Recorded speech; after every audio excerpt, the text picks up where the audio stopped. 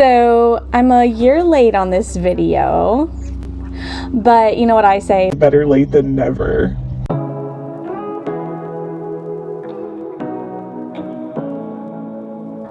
Hey y'all, welcome back to my channel. My name is Tabitha Gabrielle, and today I'm going to be giving you an in-depth book review. We love in-depth book reviews. So today I'm going to be giving you my final thoughts on the literary masterpiece that is The Handmaid's Tale by Margaret Atwood. Now let me start off with a disclaimer. Just for context, I am coming at this book from the perspective of a 22-year-old Christian girl with conservative-leaning views. I have never watched the Handmaid's Tale show, but I am interested to look into it now that I've read the book. My opinion and takeaway from this book may not align with yours. In fact, I know for a fact that they do not align with the authors. This is a controversial book by nature, and so I will understand and respect any perspective that also makes an effort and attempt to understand and respect mine. I started reading this book back in early September, and it is currently late October. And as I chipped away at the chapters of this book, I tried to write down my thoughts after each chapter, kind of my real-time takeaway. Here are a few comments from my notepad that I think are worth mentioning.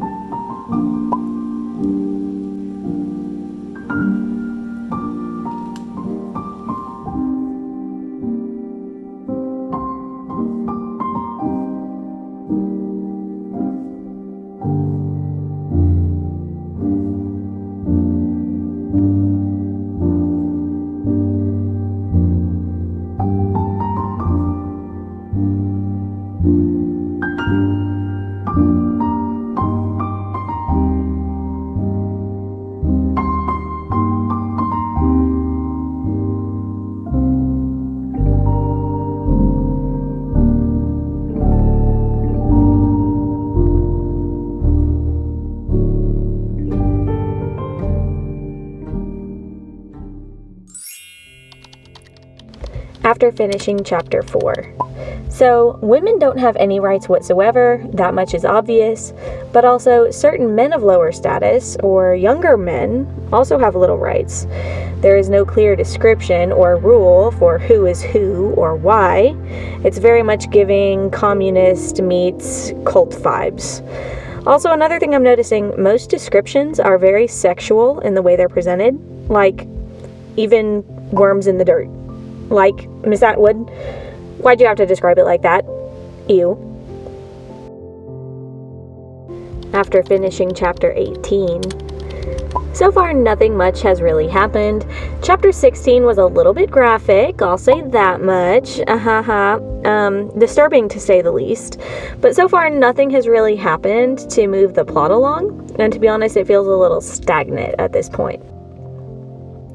All we're really getting is the main character and her monotonous daily routine and choppy flashbacks of what her life used to look like before.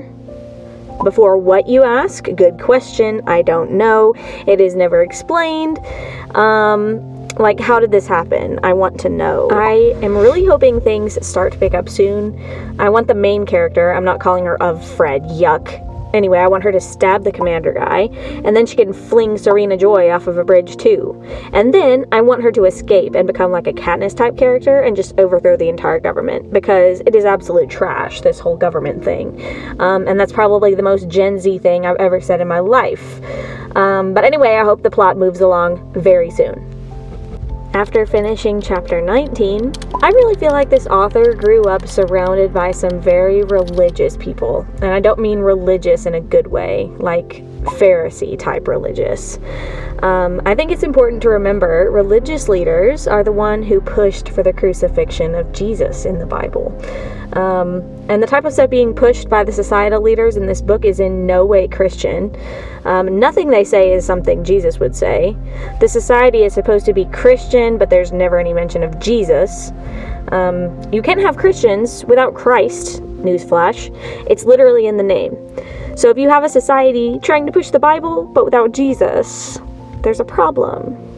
Houston, we have a problem. Because without Jesus, you're left with religious zealots who would rather crucify Jesus than follow him. Anyway, that's my TED Talk after chapter 19.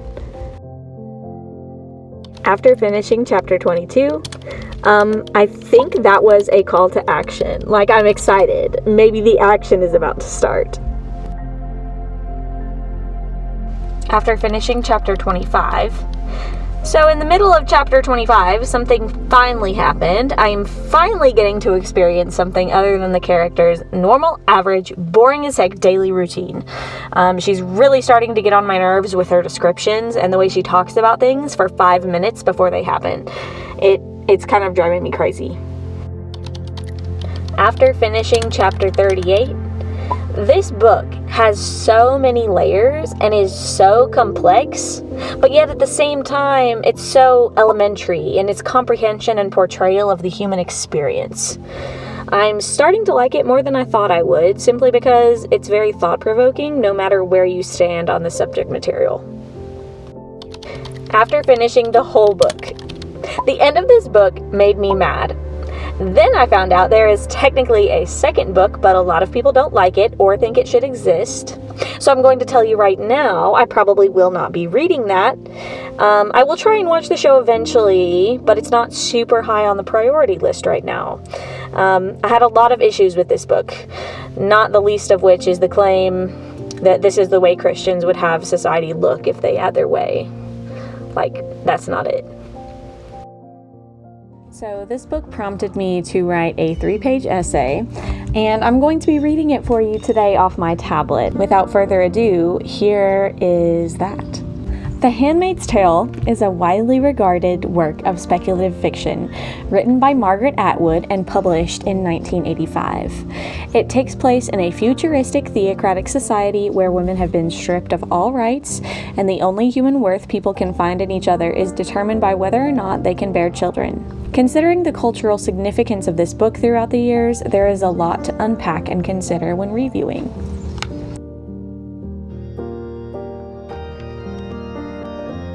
And when Rachel saw that she bare Jacob no children, Rachel envied her sister and said unto Jacob, Give me children, or else I die. Before opening the first page of this book, I determined in myself that I would judge it solely for the style and structure of the story that it contains. However, after finishing it, I must add that I now believe you cannot separate a story from the underlying politics that drive it.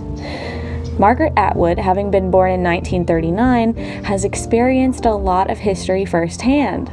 I think it is therefore wise to consider her perspective, even if I do not personally agree with the political message that she has accelerated with it in recent years. Upon finishing this book, I was left feeling dazed and confused, like I woke up sweaty after a severe fever dream. I was blown away by the vagueness of it all. This led me to watching several video essays and commentaries that others had contributed to this subject. Atwood claims that she was partially inspired by the biblical account of Sarah and Abraham and their abuse of Hagar, Sarah's handmaid. In one of the more memorable videos that I watched, a very educated woman states the following: Hagar's experience is never once considered by Abraham, Sarah, the text, or its readers. The Bible does not ask us to consider her as a human who is essentially forced to participate in cultural rape so that Abraham and his wife may escape humiliation and continue their bloodline. I would be curious to know how many readers have come across this moment in the Bible and have really taken into consideration Hagar as a human, her thoughts, feelings, and experiences in her role as Sarah's handmaid. I think this is a severe misunderstanding. There is not a Christian worth their weight in dirt that would claim that what happened to Hagar was right or just. In fact, the Bible clearly demonstrates God's heart toward Hagar as an abused, cast-aside victim. In Genesis 21:17 through 21, it says God sent an angel to Hagar with a message of hope and opened her eyes to a well that sustained both her and her son. The Bible clearly states God was with them. The creator of the aforementioned video may be correct in assuming that Abraham and Sarah never considered Hagar's experience as a human, but God definitely did. And God's thoughts and considerations carry infinitely more weight and value than any human on this planet. Another significant video that I watched contained the quote, Gilead demonstrates that when a society becomes so obsessed with reproduction over all else, women especially, but almost all citizens become less free. Citizens have more freedoms in societies that don't sacrifice everything else for the sake of childbearing. An important question to consider is this: should we legislate laws that give people the freedom to harm others? No, of course not. Should we legislate laws that give certain classes of people the right to end the lives of others who lack the ability to speak up for themselves? I think the obvious answer is no, obviously not. That is one of the core ideals in the foundation of Gilead's twisted society. There is no greater miracle than the miracle of life,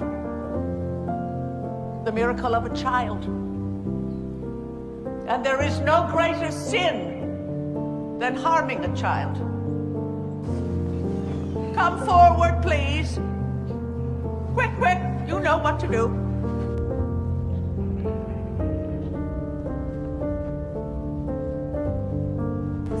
Daniel has been convicted of endangering a child. The punishment for that crime is death by stoning.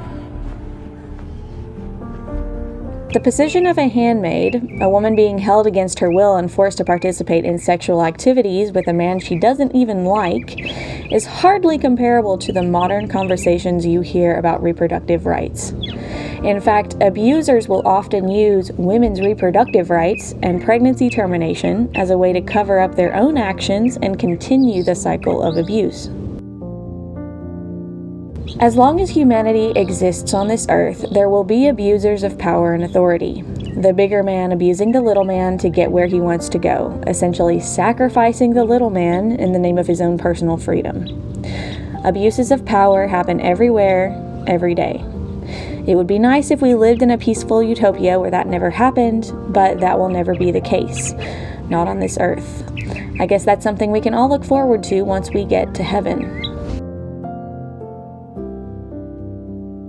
Speaking from the perspective of an avid reader and lover of allegorical storytelling, this book was confusing and written in choppy, vague pieces that fit together only in the context of a fever dream. I can understand and appreciate why the author chose to write in this style, demonstrating the main character's mental wanderings as she navigated a world where her spoken voice meant nothing.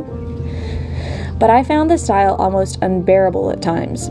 The series of events that leads up to the takeover of the government is completely glossed over, a vague shadowy figure that is supposed to scare us even though it has no real shape or explanation. I kept waiting for some explanation as to how things got to where they were, but there was none. Speaking from the perspective of a Christian, I have a problem with the way Christianity is portrayed in this book, and from what I've seen of the show. It comes across as a demeaning lecture implying that Christians in particular are like children, ignorant of the outside world and the bigger problems of society. I believe this Reddit user said it best. As a person who is very religious, I would never support any system that forces religion, whether my own or another, onto people.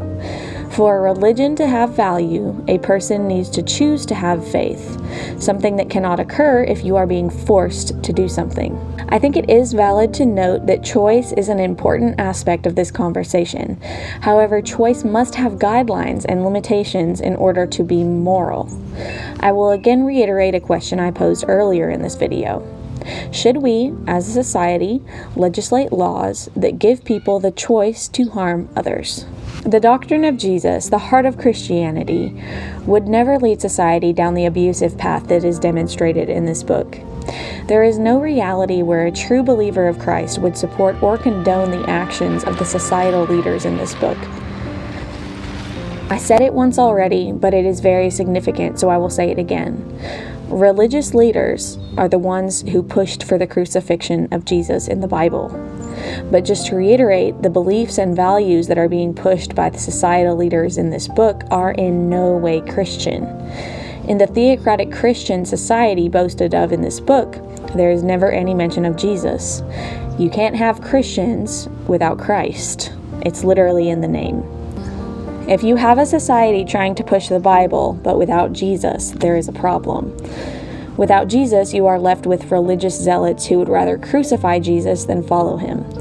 They crucified Jesus in the name of their own twisted interpretation of the Bible. A society built on nothing but the concept of religion is weak and unstable when stacked against the realities of the world that we live in.